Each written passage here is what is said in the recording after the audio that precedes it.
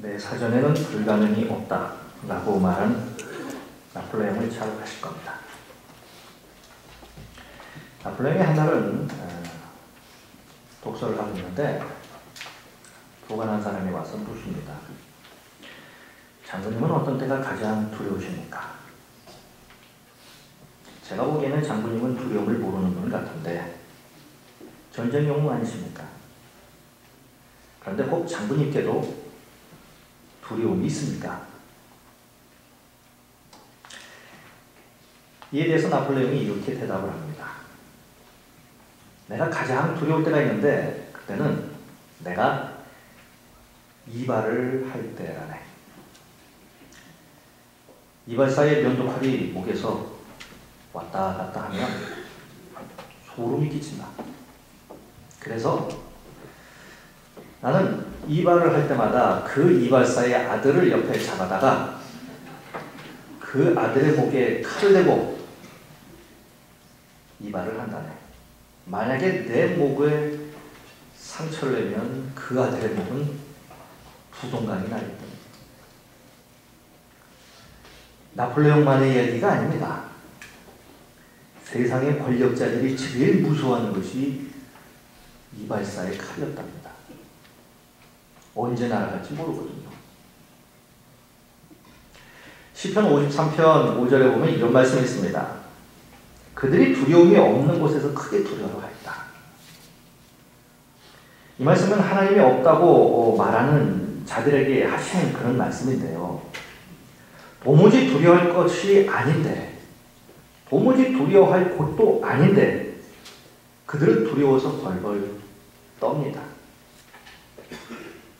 어쩌면 이 두려움이라고 하는 것은 보편적인 것입니다.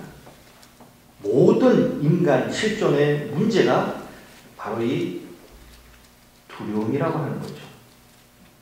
그럼 여러분들은 무엇 때문에 어떤 일로 두려우십니까? 두려움의 대상이 혹시 있으십니까? 저는 있습니다. 저는 개가 두렵습니다. 이유가 있어요. 어릴 때 개한테 한번 크게 물리고 난 이후로는 개만 보면 두렵습니다. 사이즈에는 상관이 없어요. 아무리 작은 개도 저는 개가 싫어요. 무섭습니다. 그렇다면 여러분들은 어느 때에 무슨 일로 두려우십니까? 혹시 지금 두려운 일이 있으십니까? 자, 오늘 본문에 보면요. 276명이라는 사람들이 이 죽음의 두려움 앞에 떨고 있습니다. 죄인 아닌 죄인 한 사람을 지금 로마의 가이사에게 보내기 위해서 큰 배를 준비했습니다. 그리고 그 배는 276명의 승객이 탔는데요. 여러 다양한 사람들이 그 배에 타고 있었어요. 이제 그 배가 출항을 합니다. 처음에는 아주 순풍의 돛담배처럼 항해를 아주 흡사하게 아주 편안하게 했습니다. 그런데 오늘 보면 그 앞부분을 보니까 14절을 보니까 출항한 지 얼마 안 되어서 엄청난 광풍을 만납니다. 얼마나 큰 광풍이었던지 15절을 보니까 배가 항로를 이탈해 버렸어요. 그 옛날에 배는 큰 대양으로 갈 수 있는 배가 아니었습니다. 해안선을 끼고 가는 배였어요. 그런데 엄청나게 큰 광풍이 불어오니까 이 배가 항로를 이탈해 버렸습니다. 그래서 바람이 부는 대로 먼 바다로 떠밀려 나갔습니다.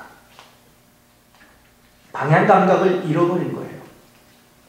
그리고 17절에 보니까 이런 단어가 나옵니다. 스르디스라는 단어가 나와요. 이 스르디스라는 말은 모래톱입니다. 그러니까 배 밑바닥에 있는 모래톱이에요. 배가 여기에 걸리면은 좌초가 되죠. 그러면 꼼짝없이 죽습니다. 굶어 죽어요. 그러니 이 모래톱에 걸리지 않게 하기 위해서 어떻게 해야 됩니까? 배를 가볍게 해야 되죠.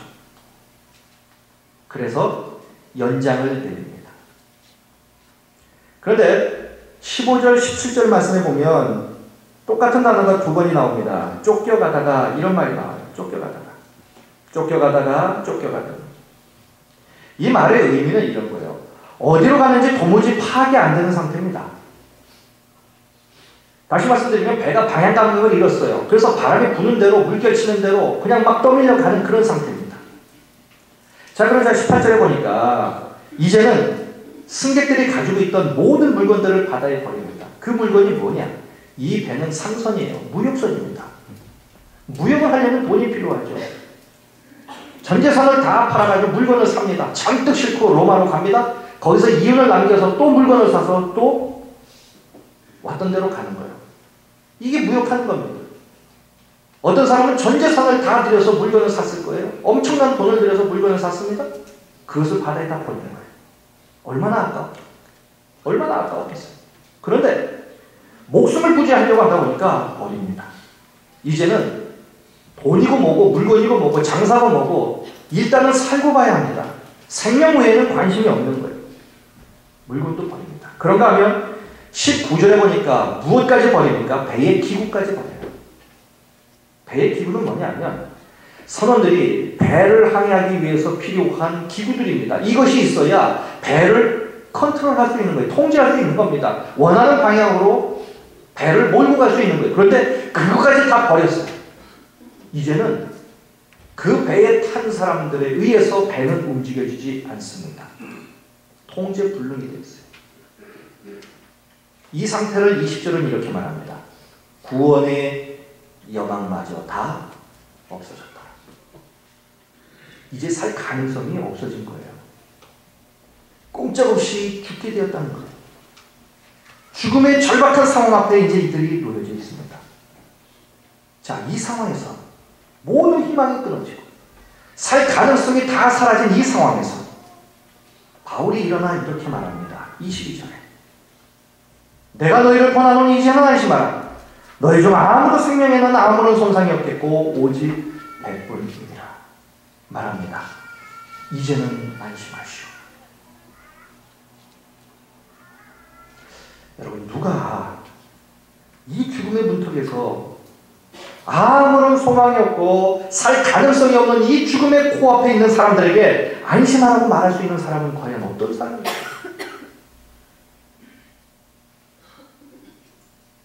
도대체 어떤 사람들이 희망이 사라진 이 현실 앞에서 그래도 안심하십시오 이렇게 자신 있게 말을 할 수 있는 사람이 누구냐는 거예요.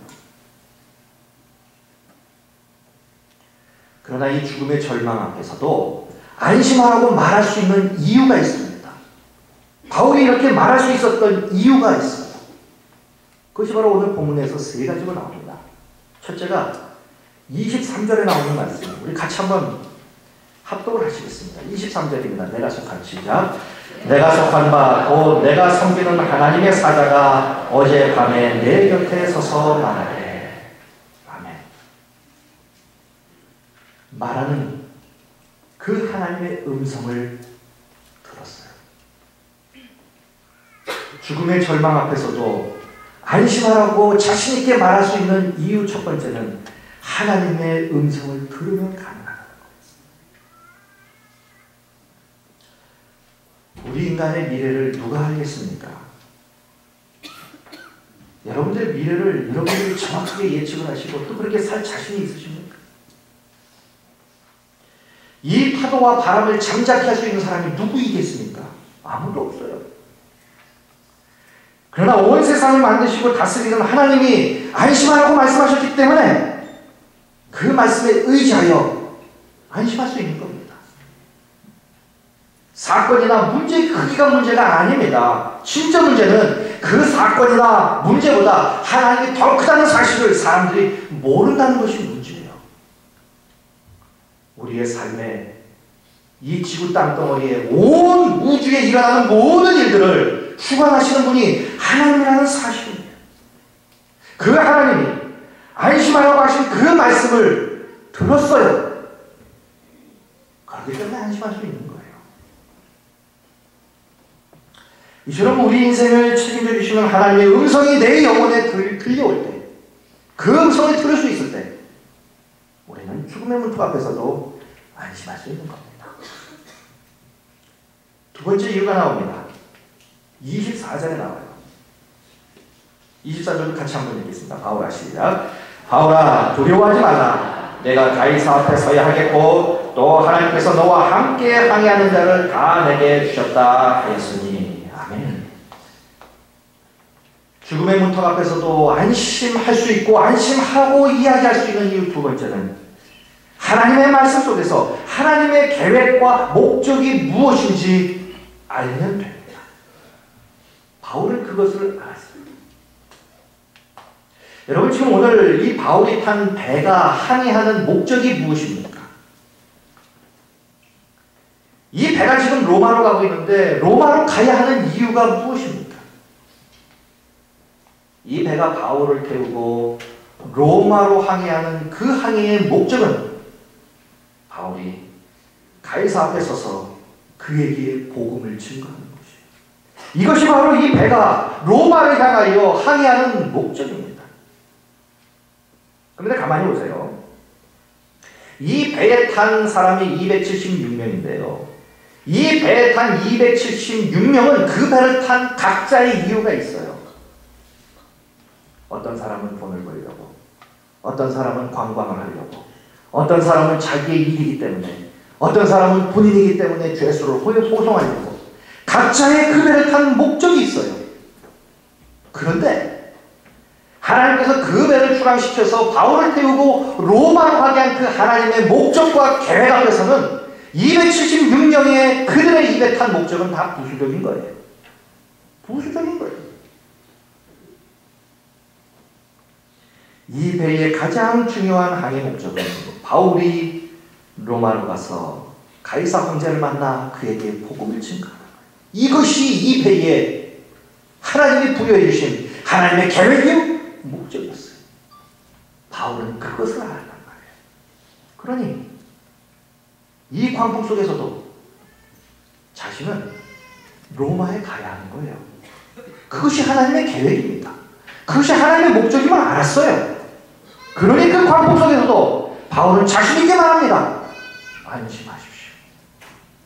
우리는 반드시 로마에 갑니다. 하나님의 계획과 목적을 깨달으면 죽음의 문턱 앞에서도 우리는 안심할 수 있고 안심하라고 말씀합니다. 그렇게 말할 수 있는 겁니다. 하나님의 계획과 목적을 알기 때문에. 세 번째 이유입니다. 25절에 나옵니다. 같이 한번 또 읽으시겠습니다. 그러므로 시작. 그러므로 여러분이여 안심하라. 나는 내게 말씀하신 그대로 되리라고 하나님을 믿노라. 아멘. 뭐라고 말합니까? 세 번째 이유. 죽음의 문턱에서도 우리가 안심할 수 있고 다른 사람들에게 안심하라고 말할 수 있는 이유. 하나님을 믿노라. 하나님을 믿기 때문입니다. 하나님을 믿기 때문에 죽음의 문턱 앞에서도 안심할 수 있는 거예요. 반드시 하나님의 하신 말씀 그대로 이루어질 것을 나는 믿는다는 거예요. 그러니 나는 안심할 수 있다는 겁니다. 여러분 왜 사람들이 안심하지 못하고 두려워하고 불안해합니까? 왜 살면서 이렇게 근심 걱정이 많습니까? 돈이 없어서입니까? 권력이 없어서인가요? 인생 경험이 없어서입니까? 오늘 이 배를 탄 사람들을 보십시오. 권력을 가지고 있었던 사람도 있었어요. 많은 부를 누리고 있는 부자도 있었습니다. 많은 경험이 있었던 선원들도 있어요. 그런데 이 사람들이 가지고 있었던 권력이든 부든 경험이든 이 모든 것들은 광풍 앞에서는 죽음의 문턱 앞에서는 아무런 도움이 되지 않았다는 겁니다.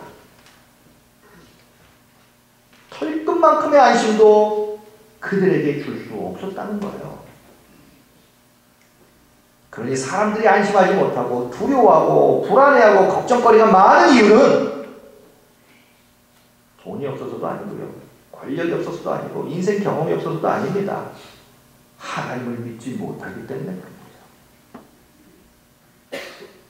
오늘 이 자리에서 우리가 예배를 드리고 하나님의 말씀을 듣지만 오늘 전해지는 이 말씀을 그대로 심령 안에 받으셔서 아멘 하시고 믿고 그 말씀이 내 삶에 이루어질 것을 확신하는 그런 분들도 계시겠죠. 그러나 그런 분들이 안 계셔야 되지만 단지 하나님의 말씀이 내 귀를 스쳐 지나가는 소리일 뿐입니다. 그런 분도 없지 않아? 없었으면 좋겠습니다. 그런 분들에게는 말씀이 아무런 의미가 없는 거죠. 하나님의 음성을 듣고 그 음성 속에서 하나님의 계획과 목적을 깨닫고 그 말씀을 믿는 자는 두려워하지 않음을 오늘 본문은 우리에게 말씀해주고 있는 겁니다. 그래서 바울이 말하는 건 이런 거예요. 하나님을 믿는 내가 하나님의 음성을 들었습니다. 그리고 그 음성 속에서 하나님의 계획과 하나님의 목적이 무엇인지 나는 분명히 알았습니다. 그리고 나는 그 하나님의 말씀을 확실히 믿습니다. 그리고 그 말씀이 이루어질 줄로 나는 믿습니다. 그렇기 때문에 나는 안심합니다. 그러니 여러분들도 안심하십시오. 이 말이에요. 그러니까 하나님의 음성을 듣고 하나님을 믿든지 하나님의 말씀을 전하는 사람의 그 하나님의 말씀을 믿든지 해야 안심할 수 있는 거예요. 여러분 오늘 본문에 보면요. 인간의 역사를 움직이는 그 존재가 누구냐 하는 겁니다. 이 배에는 다양한 사람들이 타고 있었죠. 선장과 선원들, 전문가들입니다. 소위 말하면 세상에서 말하는 전문가 그룹이에요. 그런가 하면 배의 주인이나 화물의 주인들은 자본가들, 부자들입니다. 경제계 그룹이죠. 그런가 하면 군인들, 권력자들도 있습니다. 이들이 이 배를 지배하고 움직이는 것 같아요. 이들이 명령하고 이들이 움직이는 대로 배가 가는 것 같아요. 이 배의 운명이 그들의 손에 있는 것 같아요. 그들 스스로도 그렇게 생각했어요. 왜냐하면 그 이전에 바울이 말하잖아요. 지금 떠나면 안 됩니다. 그러니 그들이 뭐라고 말합니까? 네가 뭐 한다고? 바울의 말을 무시해버리죠. 그리고 그들은 출항합니다. 그런데 막상 광풍을 만나고 죽음의 문턱 앞에 놓이니까 그 배의 방향과 목적과 운명을 결정짓는 것은 그들이 아니었어요. 그들은 어디로 갈지 몰랐습니다. 위기 때에 힘을 쓰지 못했어요. 책임도 지지 못했습니다. 위기 때에 여러분들이 여러분들의 인생을 책임질 수 있으십니까? 우리가 할 수 있는 것은 없는 거예요. 우리가 대단한 것을 하고 사는 것 같지만 진짜 우리가 하고 사는 것은요. 지극히 적은 부분들이에요. 우리의 배가 인생의 배가 바람에 밀려서 다시 말씀드리면 세상의 조류에 밀려서 갑니다. 여러분들의 인생을 다 계획해서 여러분들께서 여러분들의 하루하루를 그렇게 사신다고 보세요. 여러분들이 이 대한민국의 방향을 결정짓는다고 보세요. 세계의 방향을 결정짓는다고 보세요. 할 수 있는 것이 없습니다. 세상의 경제계가 움직이는 대로 우리는 떠밀락할 뿐이에요. 우리가 컨트롤할 수 있는 것이 없다는 거예요. 어쩌면 오늘 본문에 나오는 이 배처럼 우리 인생이 그럴 수 있다는 겁니다. 날마다 위기예요. 이 배의 운명은 누구의 손에 있습니까? 26절에 대답이 있어요. 26절 한번 보십시오. 우리 다 같이 읽습니다. 그런즉 시작. 그런즉 우리가 반드시 한 섬에 걸리리라 하더라. 아멘. 자, 지금 이 배는 표류하고 있어요. 목적지가 없는 거예요. 바람이 부는 대로 물결이 치는 대로 그냥 마구 흔들려서 갑니다. 그런데 뭐라고 말합니까? 반드시 이 배는 한 섬에 도착할 거라는 거예요. 그럼 그 배의 방향을 누가 결정합니까? 선장과 선원들은 배를 움직일 수 있는 기구까지 다 바다에 버렸습니다. 배는 통제불능이에요. 그러면 반드시 이 배를 그 섬에 도달하게 만드는 분이 누굽니까? 하나님이잖아요. 하나님이 그 배를 인도하시는 거예요. 사람의 계획이나 능력이 아닙니다. 하나님이 역사를 운행하시고 우리의 인생의 배의 방향을 인도하고 계시는 거예요.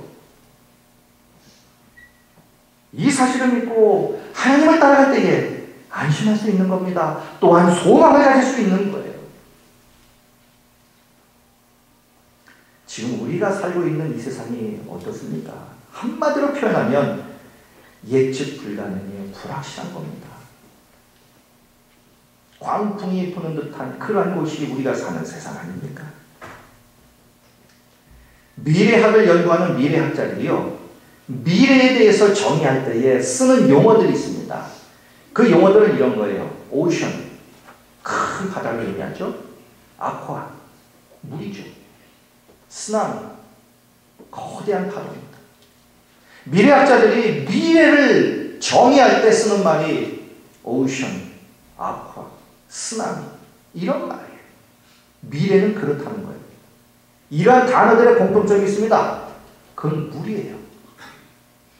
왜 미래학자들은 미래를 물에 비유했는가? 그 이전에는요, 대륙을 중심으로 해서 삶이 이루어졌어요. 대륙은 땅덩어리잖아요. 땅덩어리는 눈으로 보이고 물리적인 것을 세울 수 있어요. 길을 만들면 길이, 물리적인 길이 보입니다. 지진이 나지 않은 이상은 그 길은 확실하게 보여요.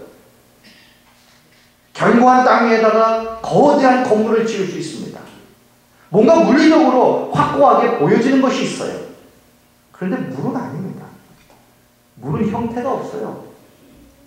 무엇에 담느냐에 따라서 물의 형태는 바뀝니다. 병에다 놓으면 병이에요. 대접에다 놓으면 대접이에요. 그리고 물은 길이 없어요. 시시때때로 변합니다. 이것이 미래라는 거예요. 미래학자들이 말하는 미래는 이렇게 물처럼 시시각각으로 변한다는 거예요. 예측할 수가 없다는 거예요. 이것이 미래입니다. 우리 한나라에 그렇다는 거예요. 오늘 본문에 나오는 이 배와 같은 현실이 불확실한 우리의 미래와 같지 않습니까? 이럴 때 그들에게나 우리들에게 진짜 필요한 것이 무엇입니까? 안심하라고 말씀하시는 하나님의 음성 아닐까요? 그 하나님의 음성을 듣고 깨닫고 믿는 거예요. 그런데 여기 아주 중요한 질문이 하나 있습니다. 그렇다면 어떻게 하면 우리가 그 하나님의 음성을 듣고 깨닫고 그 말씀을 붙잡고 날마다 승리하며 살 수 있겠느냐 하는 거예요. 이것이 우리의 숙제죠. 어떻게 하면 하나님의 음성을 들을 수 있습니까? 어떻게 하면 하나님의 들린 그 음성, 하나님의 말씀을 깨달을 수 있습니까? 그리고 그 말씀을 믿고 붙잡고 우리가 승리할 수 있겠습니까? 그 방법은 의외로 간단합니다. 하나님의 말씀을 부지런히 그리고 아주 주의 깊게 듣는 거예요. 그리고 하나님의 말씀을 날마다 읽고 그 말씀을 순종하는 겁니다. 그리고 기도하는 거예요. 그 말씀이 나의 기도 제목이 되도록 하는 거예요. 여러분, 하나님의 계획과 목적과 뜻이 담긴 하나님의 말씀을 성경을 읽지 않으면서 어떻게 하나님의 뜻을 우리가 분별할 수 있습니까? 하나님의 말씀 성경을 읽으면서 이 뜻이 무엇입니까? 기도하지 않고 어떻게 하나님이 무엇을 나에게 계획했고 하나님께서 가지고 계시는 목적이 뜻이 무엇인지 그것을 알 수 있겠어요? 어떻게 하나님의 말씀에 순종할 수 있겠습니까? 그래서 하나님의 말씀을 부지런히 그리고 아주 주의 깊게 듣고 또 부지런히 읽어야 합니다. 그리고 그 말씀이 나의 기도 제목이 되어서 기도해야 하는 거예요. 이러한 과정을 통해서 하나님은 반드시 하나님 당신의 뜻을 우리에게 말씀하시는 거예요. 왜냐하면 하나님은 계시의 하나님이기 때문이에요. 하나님은 우리에게 말씀하기를 원하시는 분입니다. 당신의 뜻이 무엇인지 하나님은 계속해서 우리에게 말씀하기를 원하시는 분이에요. 문제는 아무리 하나님 말씀하셔도 인간들이 듣지 못한다는 거예요. 이것이 문제죠. 하나님은 우리에게 말씀하기를 원하십니다. 그러게 하나님의 말씀을 듣고 읽고 기도하면 반드시 나에게 주시는 그 하나님의 계획과 목적과 뜻이 무엇인지 깨닫게 되는 거예요. 폴란드 시골에 한 소년이 있었습니다. 이 소년은 피아노를 참 좋아했어요. 시골이지만 교회에 낡은 피아노가 하나 있었는데 그 피아노를 시간만 나면 쳤어요. 몇 년을 쳤습니다. 욕심이 났어요. 선생님에게 좀 배워야 되겠다. 시골에는 선생님이 없으니까 이제 도시로 나갔습니다. 그래서 사람들에게 소문해서 선생님들을 찾아다녔어요. 그런데 선생님들이 공통점이 있었는데 찾아가면 네 손 한번 보자 그러더랍니다. 그래서 손을 이렇게 보여주면 첫마디가 넌 손이 참 작구나. 네 나이에 비해서 손가락이 참 짧구나. 피아노에 소질이 없을 것 같다. 다른 악기를 해보면 어떠냐? 아니면 다른 일을 해봐라. 이런 이야기들을 듣는 거예요. 가는 곳마다 손이 짧다. 재능이 없다. 이런 소리를 계속해서 듣는 겁니다. 낙심이 됐어요. 아, 나는 소질이 없는가 보다. 피아노를 그만둬야지. 하지만 피아노를 너무나 사랑하다 보니까 그만둘 수가 없는 거예요. 피아노에 대한 애착이 너무너무나 강렬해서 그것을 그만둘 수가 없었어요. 그런 상황에서 어느 날 교회에서 조그마한 음악회가 하나 열렸습니다. 그 목사님이 피아노를 치니까 그래, 너도 한번 쳐봐라 했어요. 무대가 생겼습니다. 열심히 연습을 해서 드디어 그 조그마한 시골 교회에서 연주를 했어요. 연주를 잘 끝냈습니다. 그리고 이제 내려와서 있는데 한 점잖게 생긴 신사 한 분이 왔습니다. 와서 그 소년에게 말합니다. 너는 진짜 피아노에 소질이 있구나. 열심히 연습해서 위대한 피아니스트가 되라. 너는 꼭 위대한 피아니스트가 될 수 있다. 넌 진짜 소질이 있구나. 그래서 이 소년이 여러 선생님을 찾아다녔는데 그런 말을 하신 분이 없거든요. 그래서 도대체 저분이 누군지 같이 동행하는 동행자에게 물어봤습니다.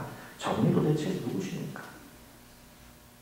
그분이 하는 말이 저분은 당대의 최고의 피아니스트요 작곡가인 안톤 루빈스타인입니다. 이 소녀는 천국문이 열리는 그러한 감격을 느꼈어요.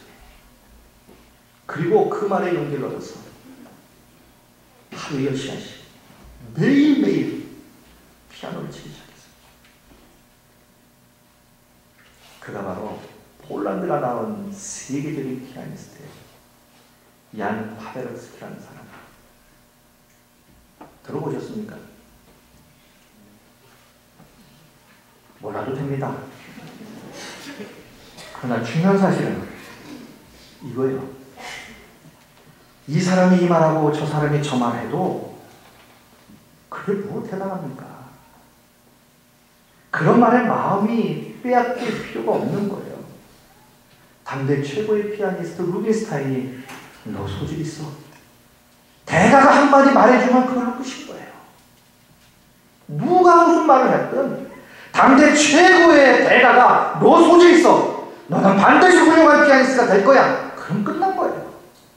손가락이 짧니 기니 재능이 있니 없니 다른 사람들이 이런 거 얘기해봐야 소용이 없는 겁니다. 당대 최고의 대가가 한 번 너 소질이 있는 거야. 너는 훌륭한 피아니스트가 될 수 있어. 한마디에 좀 끝난 거예요. 세상이 어떻게 될 것이다.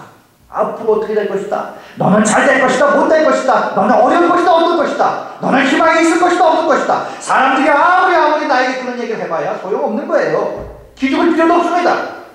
세계를 주관하시고 역사를 주관하시고 우리의 모든 일들을 주관하시는 그 하나님의 우리를 향하여 안심하라. 내가 네 인생 책임져주마. 그럼 끝나는 거예요. 뭐가 더 필요하겠습니까? 내가 네 인생의 배를 내가 항해하고 내가 책임줄게. 그럼 끝나는 거예요. 뭐가 더 문제입니까? 분명한 사실은 하나님의 손에 우리의 인생이 있고 우리의 인생의 배가 하나님의 손에 붙잡혀 있다는 사실을 우리는 믿기 때문입니다. 아니 우리가 그것을 거절해도 분명히 하나님은 우리에게 그렇게 하십니다. 지금 세상 돌아가는 걸 보세요. 전문가가 아니더라도 어떻게 될지 우리는 몰라요. 전문가를 다 불러놔도 미래를 정확하게 예측할 수 있느냐? 없다는 거예요.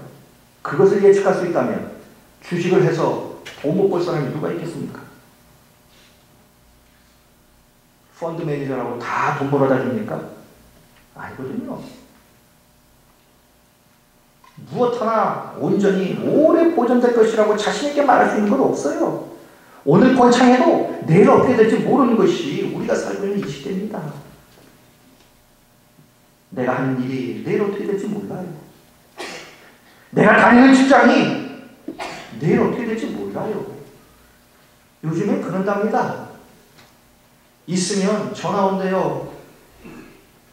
회사 앞에 커피숍에서 만나자고. 나가면은 앉자마자 한답니다. 사원증 내놓으라고. 사무실에 있는 당신 물건은 다 택배로 붙여줍니다. 잘린 거예요. 더 심한 데는 문자 온답니다. 당신 파이어. 해고당한 거예요. 오지 말라는 거죠. 이런 사회에서 문자 오면 가슴이 덜컥 내려앉지 않겠습니까? 누가 알겠어요? 지금 내 자리가 든든한 것 같으십니까? 내 자리가 어떻게 될지 누가 합니까? 요즘 사회생활 하시는 분들 이야기 들어보세요. 마음 편하게 사회생활 하고 있나? 하루하루가 지뢰밭이에요. 언제 터질지 모르는 거예요. 우리 자식이 어떻게 될지 모르는 거예요.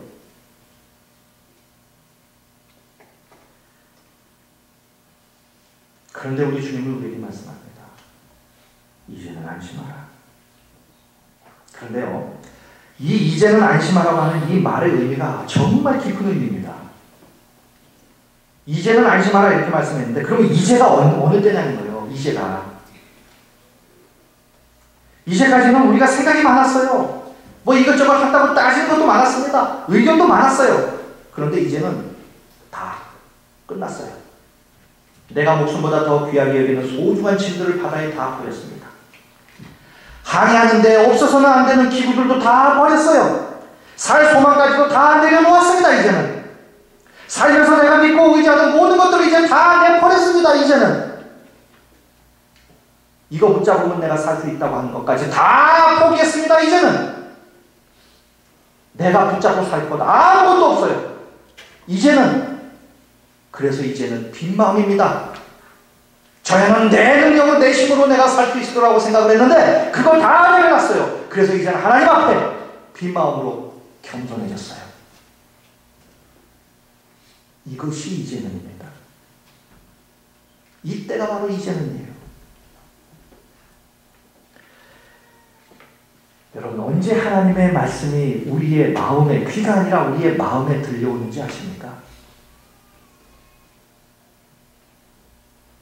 다 내려놔서 겸손할 때예요.